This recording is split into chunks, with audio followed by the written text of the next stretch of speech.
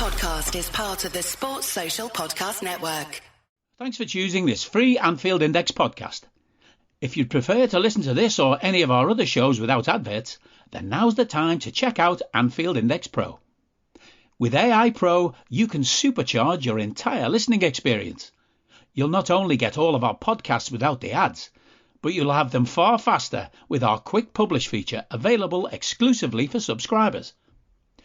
AI Pro also puts you in the heart of our sound studio, with an option to listen to many of our shows live and interact with the podcasters in real time as the shows are recording. Upgrading couldn't be easier. AI Pro is available on all popular podcast platforms, and we have our own apps for Apple and Android. Just head on over to AnfieldIndexPro.com and get started today.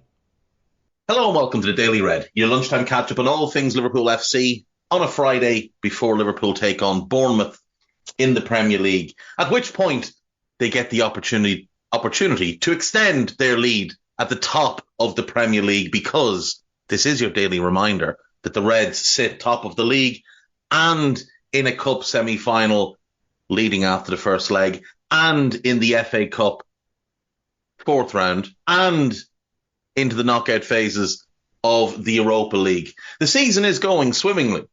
It really is. Even with all the injuries, we're outperforming expectation. And all of those players are to come back, bar Joel Matip. Now, Mo Salah did go off in the Egypt game last night. And as we know, Mo never gets hurt. Jurgen said today in his press conference that he has spoken to Mo, that it is something. They don't know what. I would imagine there are people from Liverpool already in Africa, having taken a flight last night to assess, to be of help. There'll be a scan. Look, the hope here is that he misses the Cape Verde game, that Egypt lose, finishing third in their group, because Ghana should beat Mozambique, and that results in the other groups go against Egypt and they don't finish as one of the four best placed second or best placed third teams. Best third place teams is the words I was looking to put in order there. Yeah, best third place teams. And that Mo comes home, that they drop out in the group stage. And obviously, look, we all want Mo to do well, but it's much more important that he does well for us than for Egypt, from our point of view anyway. If you're Egyptian, obviously you'll feel differently. But I want Salah playing for Liverpool. I don't care about his international football. I don't care about any of their international careers. If they win something, great. Like, delighted for them. Absolutely delighted for them. But it's much more important to me that they win stuff for Liverpool. So hopefully it's something minor, something that keeps them out for, a week to 10 days, and he misses the Cape Verde game. And even if they go through, maybe he misses the first knockout game and they go out, and then he's back and we have him back for Arsenal, which would be massive if we could get him back in time for the Arsenal game. Absolutely massive. Because they're terrified of him. No matter what they say, they're absolutely terrified of him. Jurgen did also give us updates. Andy Robertson is close to a return. Dominic Szoboszlai is close to a return. Trent is close to a return. Now, it's believed that Trent is targeting the Chelsea game for his return. Robbo, by the sounds of things, could be back for Norwich, which is quicker than I thought. And Dominic, it sounds like he could be back for Fulham. So this is really good news. Costas will also be back in the next couple of weeks. From there, assuming Mo's not out too long, we get Mo back. We'll get Endo back, obviously, at the end of the Asian Cup. Don't know how far Japan will go. They haven't looked overly impressive thus far. They're playing as we speak. And they're losing 2-0 to Iraq. Now, they did win their first game against Syria. No, not against Syria. Hang on. Against Vietnam? I think it was Vietnam they played. Um, and the group is weak outside of them in Iraq. It's Vietnam and Indonesia. So they'll win their other games. They will go through. And they will be one of the favourites to win it. So he's probably not going to be back for another couple of weeks. Besetic and Thiago, it sounds like the plan is for them to return to training, first team training, at some point in February. Now, that could be the 1st of February, the 10th of February, the 27th of February. It could be the 29th of February this year. So there's been no transparency on either of them. But at some point, you'd hope that they're available, because it would be a nice boost, especially Thiago. I mean, Besetic is a nice young player. Thiago's one of the best midfielders in the world. And if we could get him back, and even if we had him for the last 10 to 12 games, and he got 4 starts and 8 appearances off the bench, I mean, what a boost that would be. What an enormous boost that would be. That could really be what we need to get us over the finishing line in all the competitions. And if he does leave then at the end of the season, imagine if he got to leave with a pocket full of medals. Because he deserves them. Because he's a great, great player. And all the great players at the club deserve them. But it's really promising and positive news from Jurgen in his press conference this morning. He's also spoken about Luis Diaz, how he believes he's starting to find his best form. And again, that could be massive as well, because, let's be fair, Luis Diaz has been largely a non-factor this season. He's had a handful of good games. He had a couple of decent games at the start of the season. He's been pretty good the last 2 games he's played. But in between that, he wasn't performing. Now, I know what happened with his parents, but he wasn't performing before that. So that's not the reason. But if he can spark into life, I mean, again, that's another massive boost for us. That's internal improvement, which is really, really positive. Right, Andy Wales asked me if I could give 5 championship players that Liverpool could maybe be keeping an eye on as squad players or players that could be developed into starters, because the championship is absolutely loaded with talent. So I've got a list, and I've actually got 7 players. 3 of them are from the one club, and I couldn't decide which one, so I just decided I'd give you the 3 of them. So the first one we're going to go with is Jacob Greaves of Hull City. Now, we have been building a good relationship with Hull. Tyler Morton deal, now the Fabio Carvalho deal. And there could be an opportunity here for us to snap up a very good young centre-back who, at the very least, would be great depth.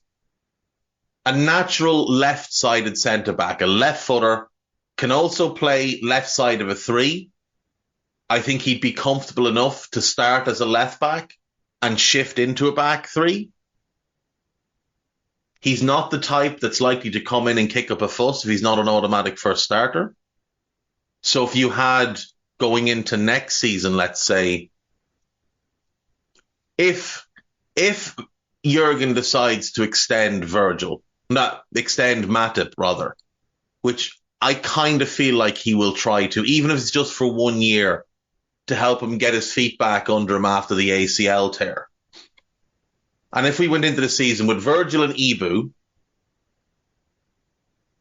Matip, Greaves and Kwanzaa as a 5-man unit, I think that's quite good. He's got decent pace. He's good in the air. He's a very good front foot defender, but he's also very good at reading the game and sweeping up behind other defenders. Comfortable on the ball. A lot of Liverpool fans have, rightly so, gotten infatuated with the idea of Jared Branthwaite of Everton. And maybe if Everton get relegated, there's the possibility that they'd sell him to us. Maybe. I mean, if Everton were relegated, if they do get another 10-point deduction and they just give up the ghost, I would be in favour of us throwing a double offer at them for Onana and Branthwaite. Because I think both of them would fit very well. Especially while we're doing, if we were to do the 3-box-3. Because Branthwaite could start left back. He's got the pace. He's a little bit quicker than Greaves. And if you're playing a double pivot, Onana in there with Trent would be very, very interesting. As a kind of roaming, wrecking, ball-winning, box-to-box, do everything type of midfielder. But it's unlikely. So Jacob Greaves would be a good approximation of Jarrett Branthwaite. He's a little bit older than Branthwaite. He's 23. But he's a very, very good defender. And he's a very consistent player. He's been voted Hull's Young Player of the Year the last 3 seasons in a row. And I do wonder if maybe Morton and Cash gets that deal done for us. Now, I mentioned Onana, and again, that one's very unlikely. So an approximation of him could be Pierre Ekwa of Sunderland. 22-year-old French midfielder, was in the Chelsea academy. Then he got nicked from there by West Ham, and it was quite the coup when West Ham got him. And then somehow David Moyes just decided he wasn't what he was looking for. When in actuality, he is absolutely what West Ham need in midfield right now next to Edson Alvarez. But he's been at Sunderland now since January of last year. And he's been really, really good. He's very, very consistent. He can do a little bit of everything. Very powerful player. Absolutely gallops up and down the pitch. Good ball winner. He's not a great passer, but he's the type that knows that he's not a great passer. So he doesn't try to be a great passer. He's clever, but he can break the lines with his passing, keeps things simple when he needs to, and doesn't seem to have some big ego where he feels like he has to be the one to do the flashy thing. He's happy to let his teammates do that while he does a lot of the dirty work and the graft. At 22, he's got an awful lot of runway ahead of him. He's definitely one that I think we should be keeping an eye on at the very least. 3 players from one club, because I couldn't decide which one I wanted to go with. That club is Watford. I tried to avoid going for the obvious. So like, the Southampton players, the Leicester players. Kieran Dewsbury Hall is the best player in the Championship, but we don't have a need for him. And Leicester, frankly, aren't going to sell him because they're going to get promoted again. Kyle Walker-Peters, I would argue, is probably the second best player in the Championship. He's far too good for that level, as is Dewsbury Hall. Could we use a backup right back who can also cover left back? Yeah, I mean, he'd be a really good squad addition, but it's an obvious one. I've only got one player from the 3 clubs who went down. So I was trying to look at other clubs and what they have to offer. And Watford, despite the chaos around that club all the time, despite the fact that they're run very much like an Italian club. Obviously, they've got Italian owners. They don't operate in the way English clubs normally do. But what they do is they find incredible talent. They brought Richarlison to England. They brought João Pedro to England. They brought Purvis Estupinan to England initially. It was them that found him. He never got to play for them because he couldn't get a work permit. So they had him out on loan for a couple of years. And then when he was eligible for a work permit, they were struggling financially. So they sold him to Villarreal. And obviously he ends up a year later or 2 years later going to Brighton, and now he's arguably the best left back in the league. But it was Watford who found him. They've got this brilliant network in South America. And it's not just Watford, it's Udinese as well. And Udinese made their bones on finding cracking players and selling them on.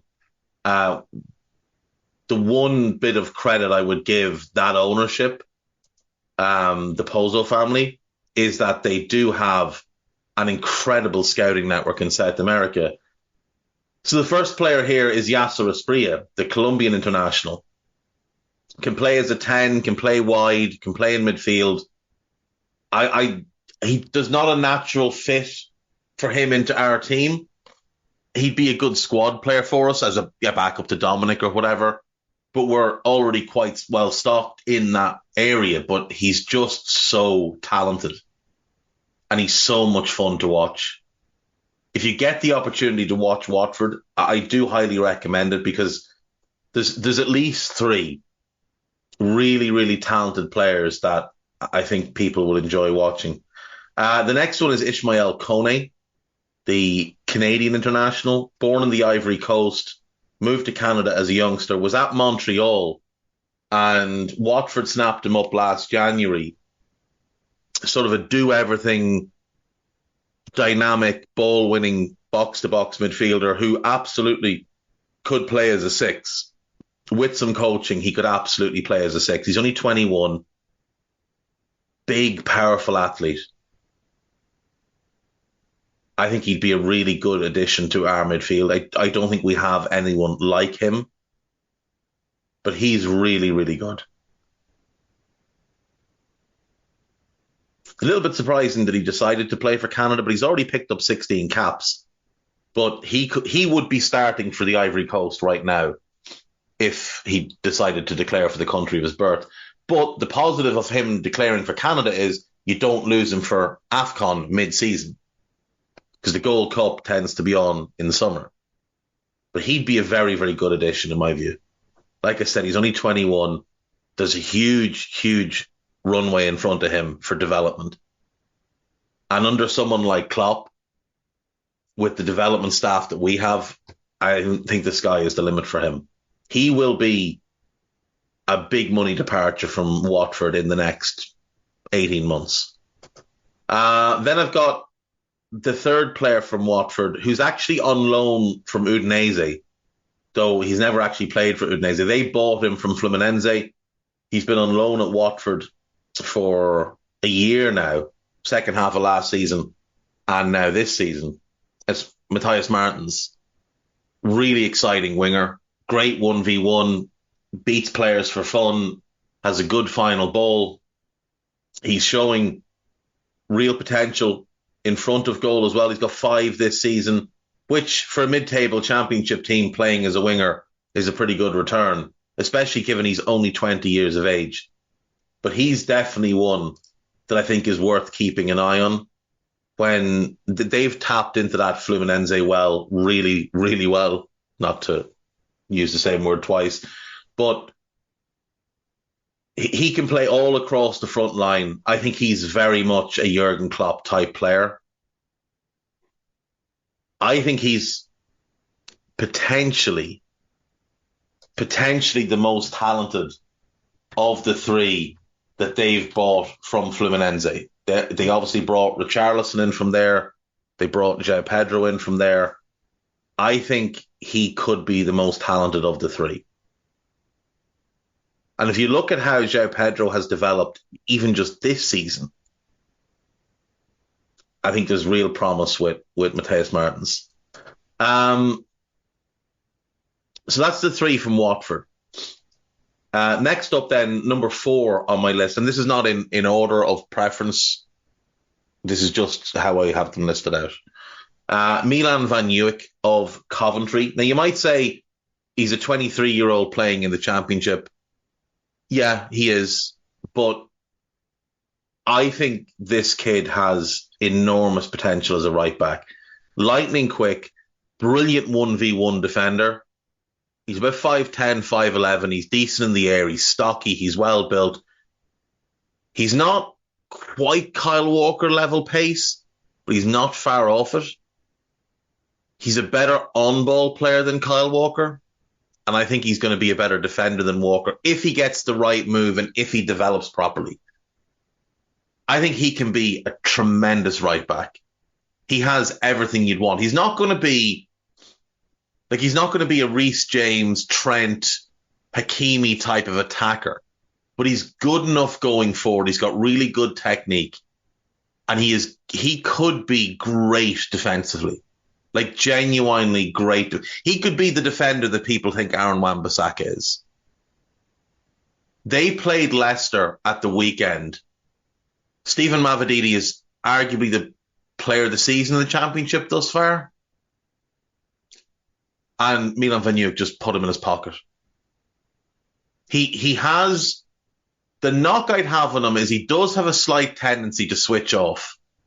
His focus does tend to drift. That can be addressed. And when you've got Virgil barking at you, that will quickly be addressed. Coventry paid $3.5 million for him. I think if you threw $10 million at them in the summer, I think they'd take it. Now, it may not be that we have a big need in that role if Joe Gomez is going to be the backup right back.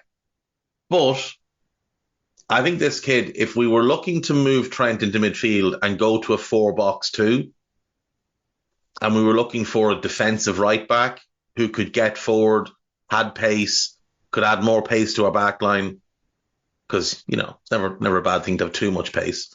I think he's worth considering. I really do. In a right back market that isn't robust, and people would throw out names like Jeremy Frimpong and stuff like that. Jeremy Frimpong in a back four would get exposed defensively and would lose a decent amount of what makes him so special going forward. Jeremy Frimpong is a wing back.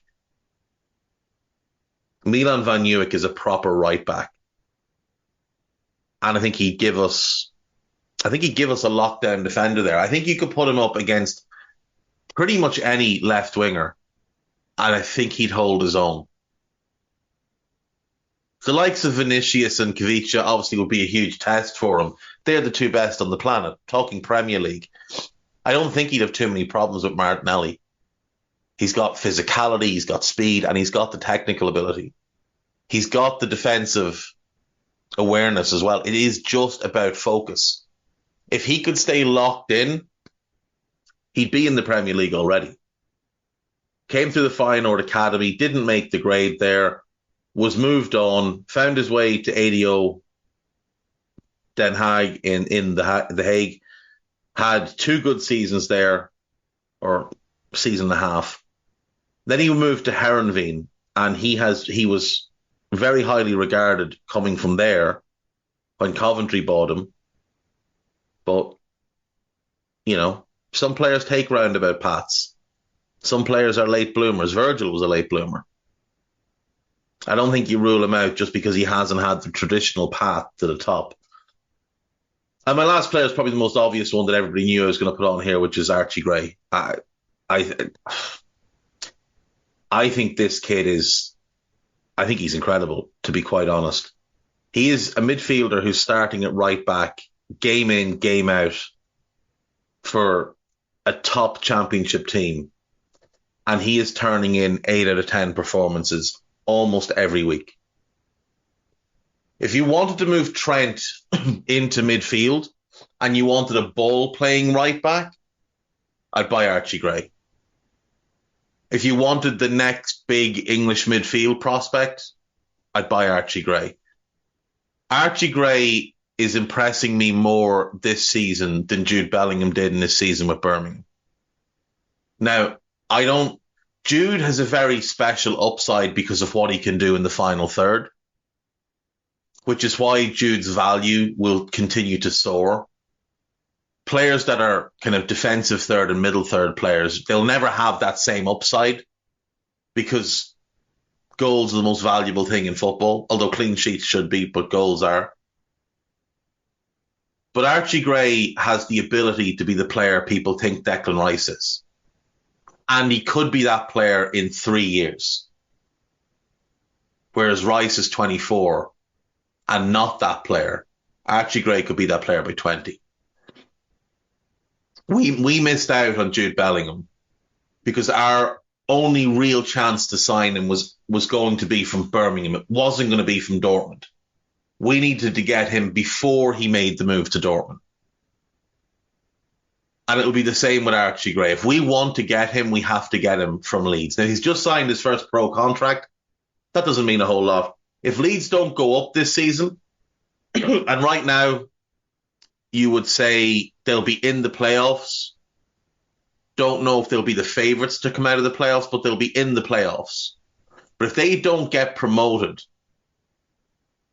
they're going to have to do some belt tightening, because when they got relegated, they did move on a number of players, but they lost money on a lot of the players they'd bought in during their stay in the Premier League. Like Robin Koch, they're after losing big money on. Diego Llorente, they'll lose money on. They loaned out a bunch. Not many of them are really playing at a high level, like performing at a high level. So I don't think they're helping their values. So I could see a situation where, come the summer, Leeds have to make a painful sale. Now, they have a couple of options for that. Nonto would be one. I think they'd love to keep him and develop him because he could be very, very special. Somerville is obviously one that's been linked to a number of clubs as well. He'd bring in a decent fee. If you look at the ones they have on loan, I mean, Jack Harrison, I think it's 20 million. Sam Greenwood is talented but won't bring a huge fee. Sinistera is very good, but he's not getting in the Bournemouth team at the moment. I think they'd lose money on him. Robin Koch, they have lost money on. Llorente, they'll lose money on. Mark Roca, they're going to lose money on. Brendan Aronson, it wasn't going very well at Union Berlin early in the season. He's not a regular in their team, but maybe in the back half of the year, but he might be one that they end up keeping. I mean, Jorginho Rutter, they paid big money for. He's having a pretty good season, but I still think they'd lose some money on him. Joel Pearl, they only just bought when they went down. Ethan Ampadu, they bought when they went down. They'll lose their arse on Junior Firpo. It might just get to the point where they need a big sale, and the biggest sale they could make is Archie Gray, because I think they'd get 40 million from this summer, and I think we should pay that. I know I've been banging the Boubacar Kamara drum, and the rumour is his buyout is 60 million. But I feel like we'd be better off if we bought Archie Gray and Lamine Kamara from Metz for 55 million and got two absolutely elite young midfielders. Kamara's 20, Gray is 17.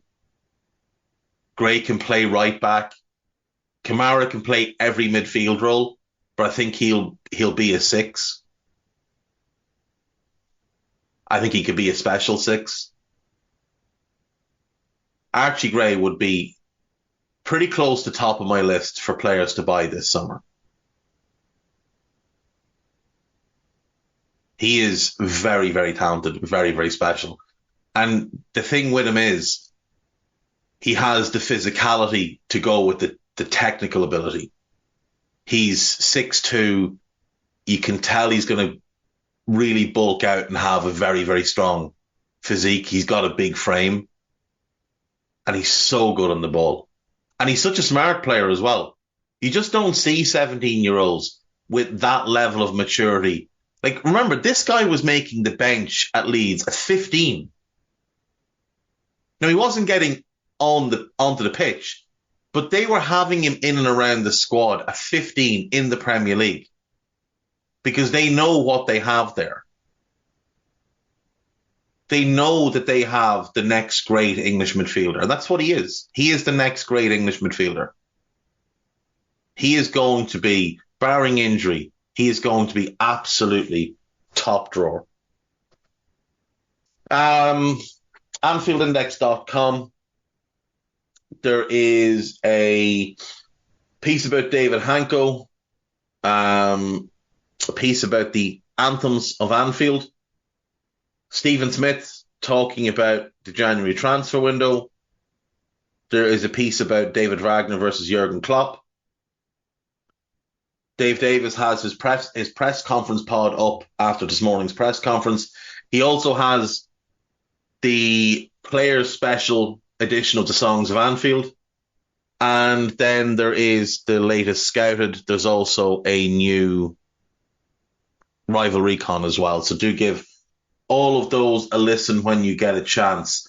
And finally, if you could do me a big favour, myself and the good brother, Trev Downey, are taking an adventure with the Buzz podcast, and we're going to try and do at least one every week, but ideally 2 every week. There will be some weeks where it's only 1 because of scheduling, but we're going to try and do 2 every week. Now, last night we recorded the first 2. We're going to go episode by episode of True Detective Season 4.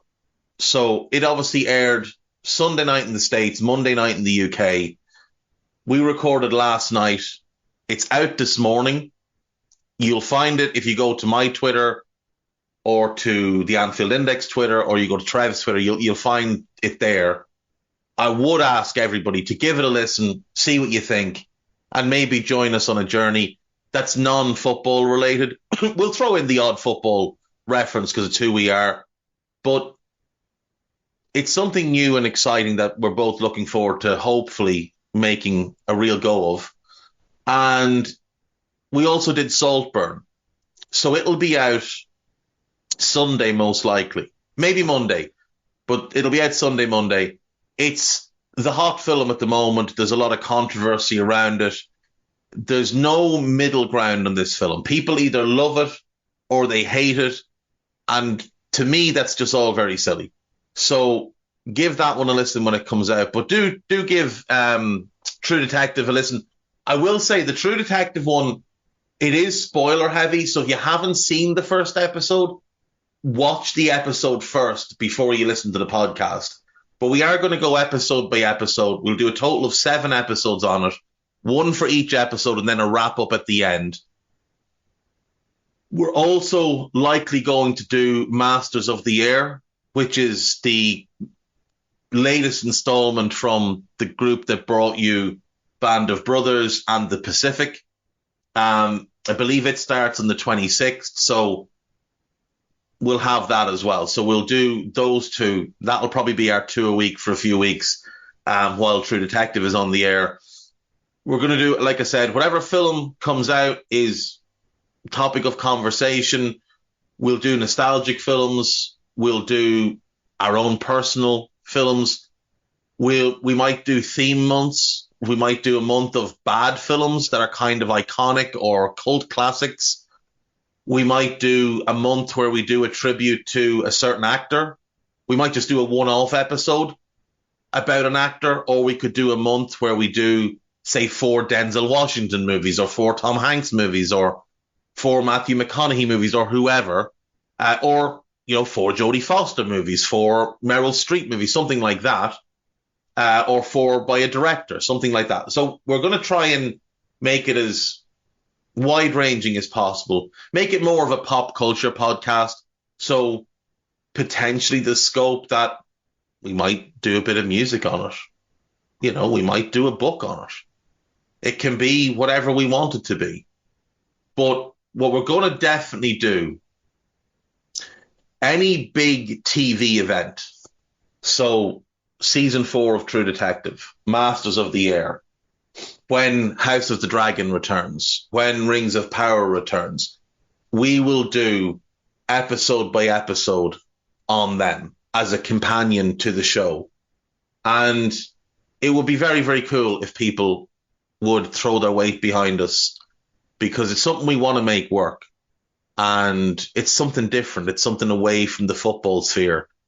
And we're both quite excited about that. And on the topic of podcasts away from the football sphere, do, of course, make sure you're listening to The Great Stories, which is Trev's solo gig that he does, which is just outstanding. Whether it's just you're looking for an hour to kill and you want someone to tell you a great short story and then have a chat about it, whether you need some help sleeping. Now, this is not to say that Trev is boring, but Trev's voice is very soothing. could listen to Trev talk all day.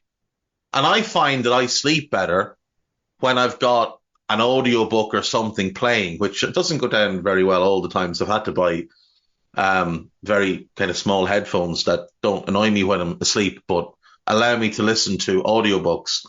And sometimes I will listen to the great stories as I fall asleep. And it does help, because I have quite a bit of trouble falling asleep. Neck pain, back pain, just general, my mind going a million miles an hour. So sometimes I just need someone to tell me a story, and off to sleep I go like a toddler. But yeah, so you could use it for that purpose either. But do give the great stories a listen. Give the Buzz podcast a listen. And I will see you on Tuesday, because I'm not here Monday because I have an appointment, which hopefully is very quick and straightforward and not at all as scary as I've made it out in my head.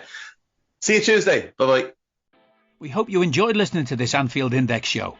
Please be sure to subscribe to our channel so future podcasts find their way to your device automatically.